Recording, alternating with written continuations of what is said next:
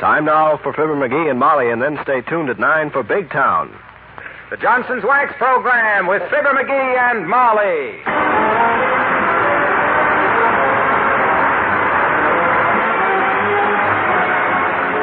Makers of Johnson's Wax and Johnson's Self-Polishing Glow Coat present Fibber McGee and Molly with Bill Thompson, Gail Gordon, Arthur Q. Bryan, Dick LeGrand, Bud Stephan, and me, Harlow Wilcox. The script is by Don Quinn and Phil Leslie.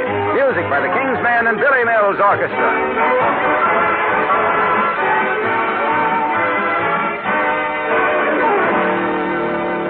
You know, there's genuine pleasure in looking at the smooth surface of a waxed floor. It has such a rich, such a mellow look. In fact, that glistening waxed finish makes the whole room more beautiful. And when you wax your floor, there's a special reason for using Johnson's paste wax. No other wax can beautify your room in exactly the same way. Little wonder more women use Johnson's paste wax than any other kind. Those women know that Johnson's paste wax does more than beautify their floors. It also protects their floors, forms a hard shield over the surface, a shield that dirt can't readily penetrate, a shield that's very easy to clean. When dirt does collect, you can whisk it off that gleaming waxed surface in a few seconds. Next time you're at the store, be sure to ask for Johnson's paste wax. It's the paste wax that more women use and keep using because no other wax can bring such lustrous beauty to the floors of a home in exactly the same way. Johnson's paste wax.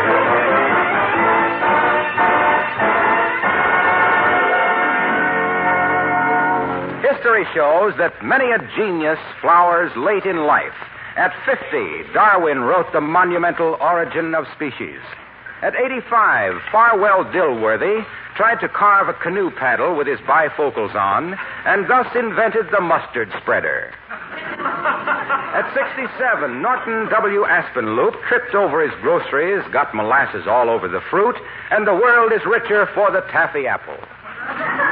And at 79, Wistful Vista, that is, another middle-aged genius is hard at work on his great idea. As we meet Fibber McGee and Molly.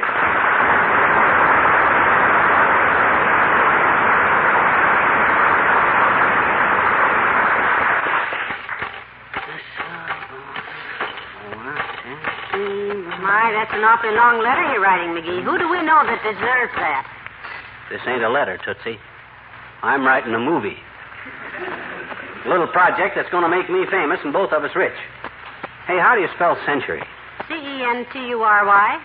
That's the way I got it, and it don't look right. How are you using it? Well, I say rifle on shoulder, keen senses alert to every sound, the sentry was walking his post. That's century, dearie. Centry. I thought a century was 100 years. No, that's century. Yeah? I guess you're right at that. I've done century duty in the Army, and by the time you get relieved, it sure seems like 100 years. Tell me more about this movie you're writing, sweetheart. I said a movie, but that's just one angle of it. Oh? First, I'll make it into a movie, then a best-selling book, then it'll go into a 2-bit drugstore reprints and be syndicated in the newspapers. Oh? Now, you say the movie people pay me a nominal fee of $200,000. For a nominal fee, dearie, that's phenomenal. But what's the story about? Well, you remember seeing a movie where Don Amici invented the telephone. Yes, and I saw the sequel to it, too. Sorry, wrong number. Well, they done the story of the telephone, the story of radium, the story of baseball, Al Jolson, the Philadelphia story, but what's the story they haven't done? What? The story of the typewriter. Ain't that a Lulu? It's a darb, as we used to say in Peoria. You betcha. When you stop and think how the typewriter is tied up to culture, commerce, business, communication, why, my It's God. amazing that nobody ever thought of it before. Well, that's what they said when the non-skid paperclip was invented, kiddo. Yes, sir. And the zipper. Just Yankee ingenuity.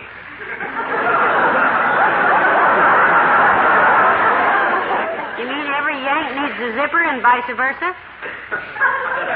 Yeah. Well, I gotta get busy, Dick. Can't mess around with $500,000 at stake. Done any research on the subject of the typewriter, McGee? Plenty, Tootsie. Spent nearly 15 minutes with the encyclopedia, for one thing. For another thing, I may go to the library a little later. For the doorbell. All day long. How can a guy write movie scenarios with that doorbell clanging at all hours of the day? That's the first time it's rung this morning, Pat. Well, it won't be the last if I know Tuesday, and I oughta. Come in. Oh, it's Dr. Gamble, McGee. Do come in, Doctor. Thank you, my dear. Good morning, Stern Wheeler. Hi, gas pain. May I give you a word of advice? Certainly. It won't be worth anything, and I probably won't take it, but I know better than to try to stop you. What is it, dearie? I just wanted to advise the good Dr. Gamble that the next time he calls on an author to make an appointment first. Don't just barge in like a cub bear jumping into a hollow log. Did you say author, Possum Face? What are you authoring, a book on bad manners? I'll give you a title. How to Pull Chairs Out from Under Ladies, or Digging Post Holes with Emily. He's writing a movie, Doctor. They say there's good money in it if you can do it. It's good money in Fort Knox if you can get at it. Look, tonsil nipper. You stick to your racket and I'll stick to mine. You don't tell me how to get literary and I won't tell you how to retouch a millionaire's x-rays so it looks like he's got ulcers. Now I'll give you some advice, then let you go on your merry Hemingway. Don't be an author. It's a tough life. Speaking from experience, Doctor? No, but my brother is an author, and for him life is just one boring round of receptions and teas. What does he write, Fatso? He writes a comic strip. Oh, you mean a comic strip writer has to attend a lot of literary teas? No, just strip teas. Get rid of it. Go on, Molly.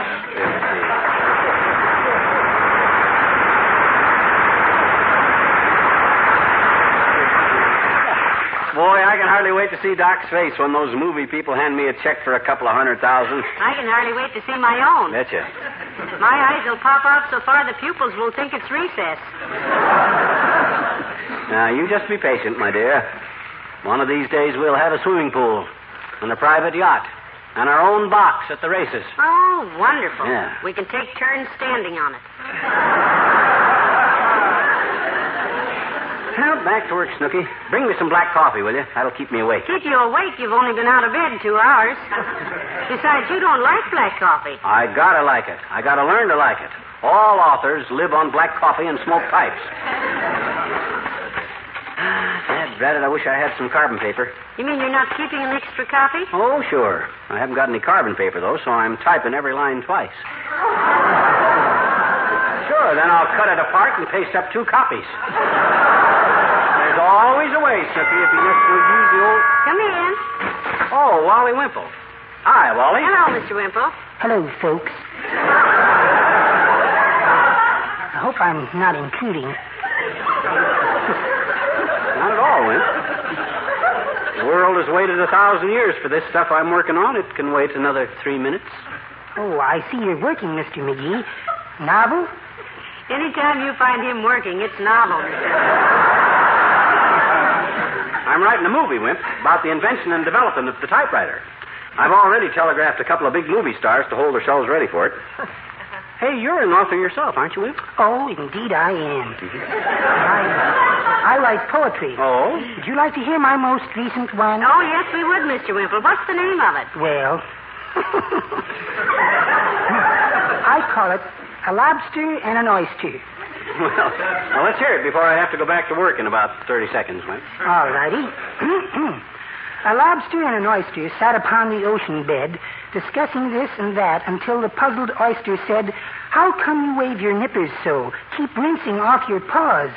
Said the lobster, "I'm a cynic. I don't believe in Sandy Claus."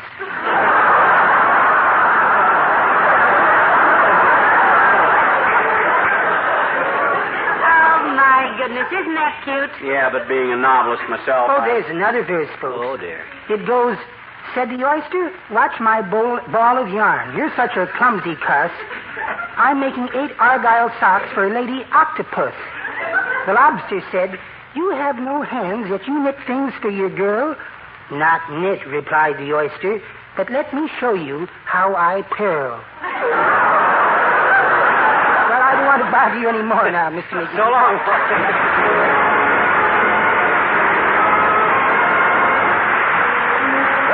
the orchestra and Careless Man.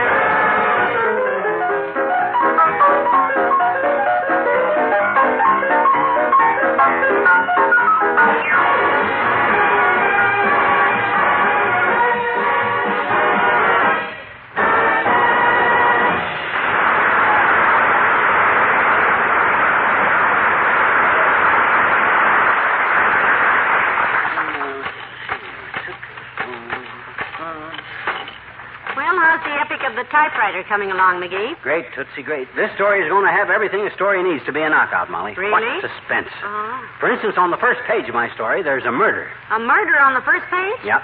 An inventor is found dead in his laboratory, clutching a crushed orchid, a dry martini, and a copy of the Hardware Journal. That's the attention grabber, see? I see. Then what? Then on page 2, I switch to England in the Middle Ages. Mm-hmm. When do you come back to the murdered inventor? Aha, that's the gimmick, kiddo. I don't ever come back to him. Naturally, the reader keeps looking for the killer, and after he's read the whole script before he realizes the murder has got nothing to do with the story. You catch on? Subtle? Heavenly days, you authors have more angles. Oh, that ought to be milk from Kramer's drugstore. I phoned for some more typewriter paper, and come in. Oh, hello, Milton. Hello, Come Mrs. in. McGee. I brought a ream of paper like you said, Mr. McGee. 500 sheets. Would you mind telling me what you're going to do with it? Oh, I'm doing some writing, Milt. You ever try doing any writing? Oh, yes. I used to write a lot of fiction. Oh? Not under my own name, though. I signed it Millicent Kramer. Millicent? That's my mother's name. Ah. Oh, how nice. What kind of fiction did you write, Milton? Mostly just excuses for being absent from school. Well, writing is a great career, Milt, my boy. The thing that appeals to me about it is you can make a living sitting down. You ought to take up journalism, Milt. Oh, I've tried that, too, but it hurt my feet. Hurt your feet, Milton? What kind of journalism was that? Ladies' home journalism. I used to deliver them. That's how I met Margie. Oh? She's the girl I'm going steady with since last Thursday. The one that always smells so good on account of I'm giving her presents like perfume. It's very smart, Milt. Girls never get enough perfume. Yours didn't. Huh? Well, I didn't work in my uncle's drugstore like Milt does. Oh, you got to go, Milt? Oh, yeah, I got to get back to the store. We're taking inventory today. Oh? And if Uncle Ed checks the perfume stock before I get back, I'm dead.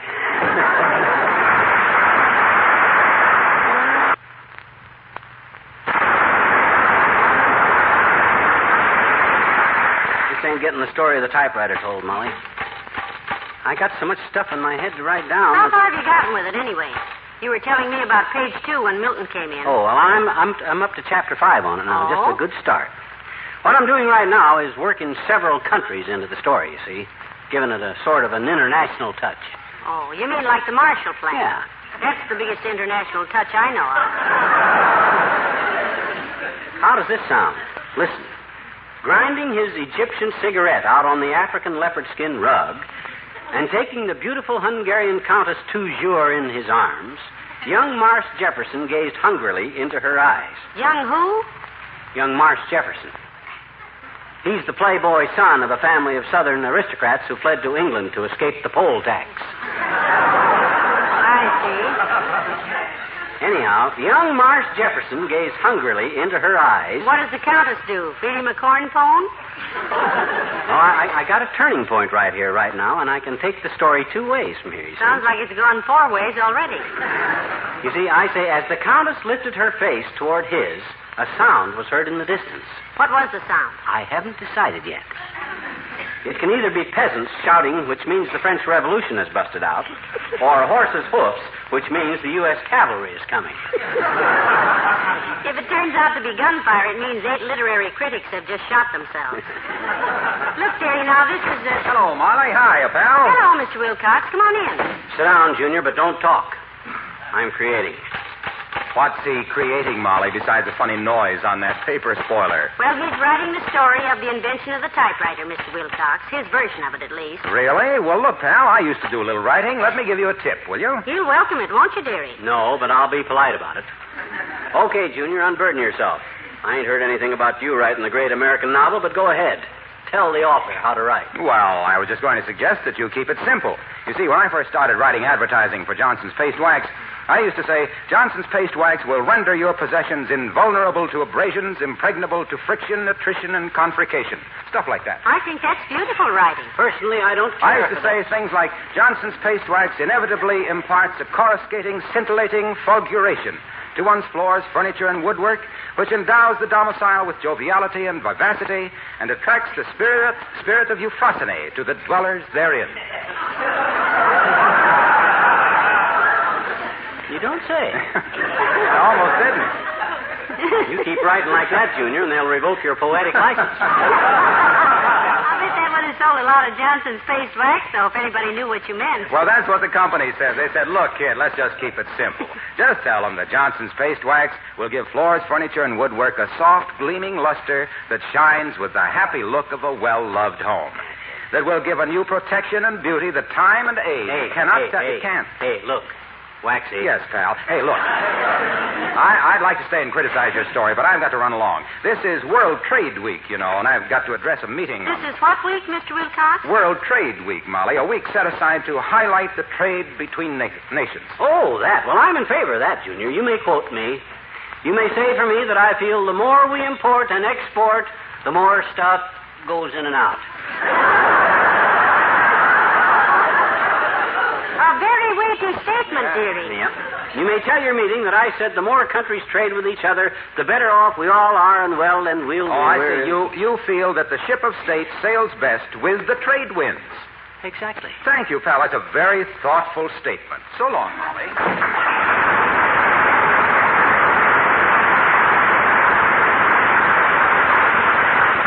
Ship of state sails best with the trade winds. Hey, did you hear what I said to Wilcox there, Molly? My gosh, that was quite a phrase I turned there, you know it? I've heard of plagiarism, but I didn't know it could happen that fast, dearie. I may be able to work that into my... Oh, why don't somebody leave me alone and let me write? Shall I send them away or just holler, come in? Oh, it's Ole from the Elks Club, McGee. Hello, Ole. Well, hello, missus. Hello, McGee. Hi, Ole. I can't waste time with you now. I'm writing a novel. Good. I talked to the missus. It's a screenplay. Going to sell it to the movies. Well, I won't bother you. Well, missus, how's things with you? Oh, fine, Ole. Going to sell this story for maybe $500,000, Ole. Can you think of any better way to pick up that much dough outside of finding uranium in the backyard? What's good about finding uranium? I got a backyard full of uranium. It don't make me rich. You've got uranium in your backyard. Does the government know about it? Sure, my congressman, he sends me free seeds. I plant them by the directions, and every spring up comes uranium. Oh, geranium. We thought you meant uranium-235. For $2.35, McGee, I can buy roses. You sell a movie script, boy, and you can buy anything. Well, I'll let you know when my story of the typewriter plays the bijou, Ole. You'll get a kick out of seeing my name on the screen. Oh, I see your picture on the screen all the time, McGee. McGee's picture? On the screen, Ole? Where? My gosh, I didn't... At the Elks Club, McGee. Huh? We got a hole in the back door screen. I use your picture to keep out the flies. It works fine. Even keeps out people. Well, so long, missus.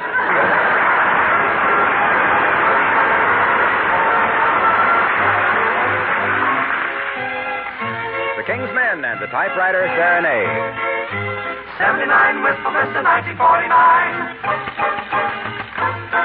I take my underwood in hand to drop you a line. Oh, tappa tappa ting, tappa tappa ting, tappa tappa ting. It's singing you the news in a little typewriter serenade.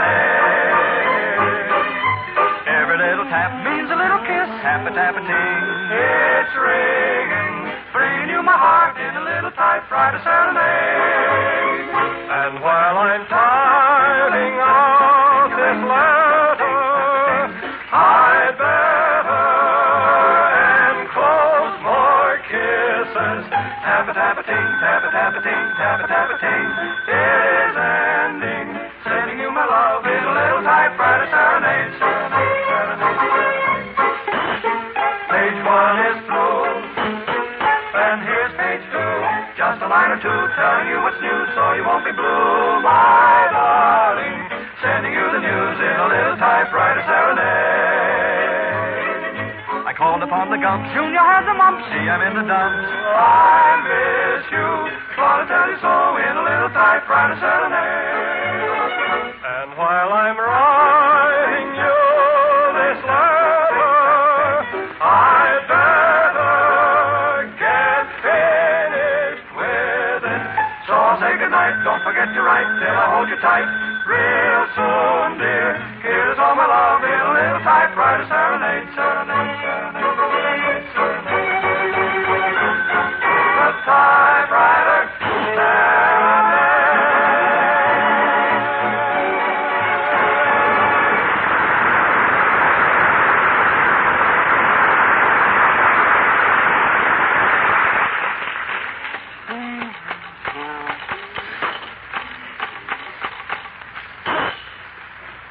Well, that's page 112. I'll bet even Sinclair Lewis don't write this fast. You say you've already wired a couple of movie stars, McGee? Yep. In fact, this yarn is tailor-made for them. It's a natural. You see? Uh-oh. Maybe that's a messenger boy. It's about time I was hearing from them movie stars. Come in. Oh, it's his honor, McGee. Hello, Mr. Mayor. Hello, Molly. Good day, McGee. Oh, sorry to interrupt your letter writing. I'm not writing letters, Latriv. I'm writing a movie. First movie you ever wrote, McGee? First one this week. I'm writing the story of the typewriter, Latriv. His next story will be called Fog. It'll be a condensed version. Well, this is sort of a synopsis, too, I presume. Can you tell the story of the typewriter in a nutshell, McGee? Now, that's an interesting question, Latriv. If I can do that, think what I can save in postage. Yes. If it gets too long, dear, you can even use a coconut shell. What size shell did you have in mind, Latriv? Oh, I'd say a walnut shell. Write the story on fine tissue paper, wad it up tightly, and send it to Hollywood in a nutshell. Let it go, McGee. He meant a real nutshell. What did you think I meant? Never mind. You ever do any creative writing, Latriv? A little, yes. I've always believed the pen was mightier than the sword. Except maybe at a military wedding. Imagine the bride and groom having to crawl along under crossed pens dripping ink on them. You mean when you were in the service, Latriv, you could fight better with a pen than you could with a sword? Oh, yes, indeed. Yes, we had pens that were full of tear gas. Much more effective than swords. Well, now what shall we talk about? Want me to read you my movie story, Latriv? As far as I've got? Only take an hour and a half or so.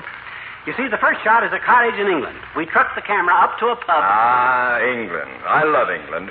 I'm an old Oxford man, you know. Oh, not McGee. He prefers high shoes. He says Oxfords don't support the ankle properly. Besides, those Oxfords of yours don't look so old. How many times have you had them half sold? 3 times. I'm really an old Oxford man. New Oxfords are so hard on the feet when you have to do as much walking as I do. It's no use, McGee. Let's give it up. Yeah. Look, Latriv, if you don't want to cooperate, why don't you run along and let me get to work? I'm sure I don't know what you mean, McGee, but if I'm interfering with your work, I shall be only too happy to remove myself. Good day.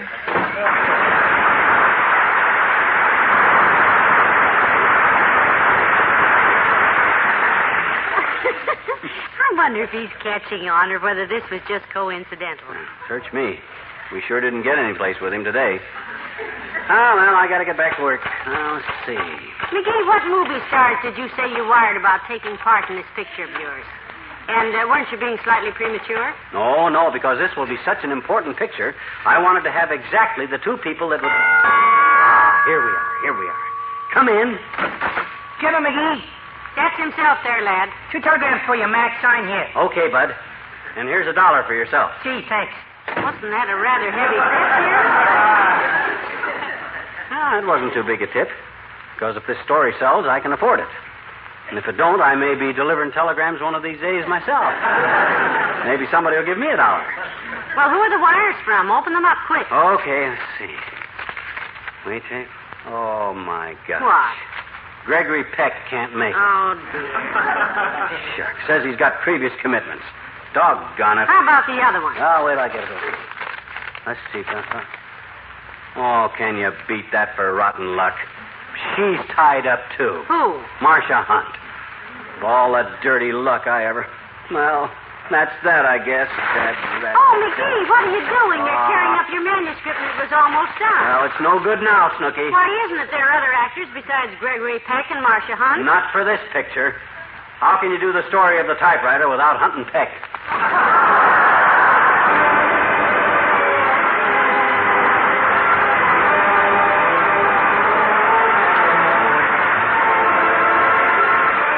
Fibber and Molly return in a moment. The mellow beauty that Johnson's Paste Wax brings to a home is a beauty you've probably seen and remembered. You're bound to remember the rich, lustrous finish of wood surfaces that have been polished with this remarkable wax. But maybe you don't know this. How easily and quickly you can polish your waxed floor when you have Johnson's new Beauty Floor electric polisher. All you do is guide this polisher across the floor. The big whirling brush buffs your floor in a few seconds. Ask your dealer about Johnson's new Beauty Floor electric polisher. You can buy one now or rent one at low cost if you prefer.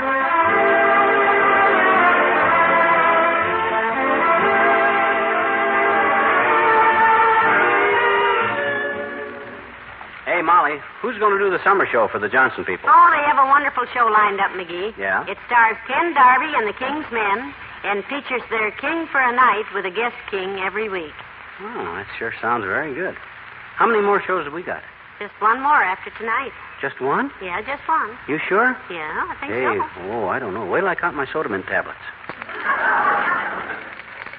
Yep, you're right. Only one left. Good night. Good night, all.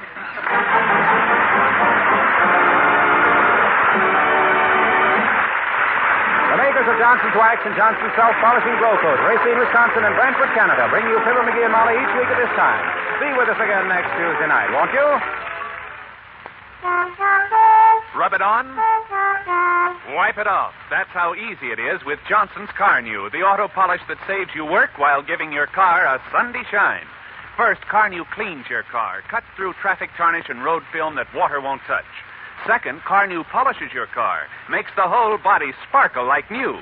Yes, cleaning a car can be a hard job, but not with Car New, because Car New cleans and polishes your car in one easy application.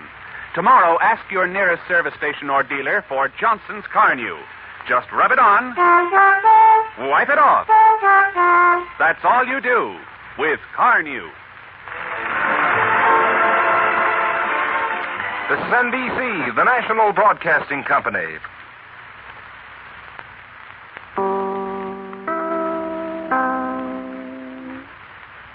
WMAQ and WMAQ-FM, NBC in Chicago.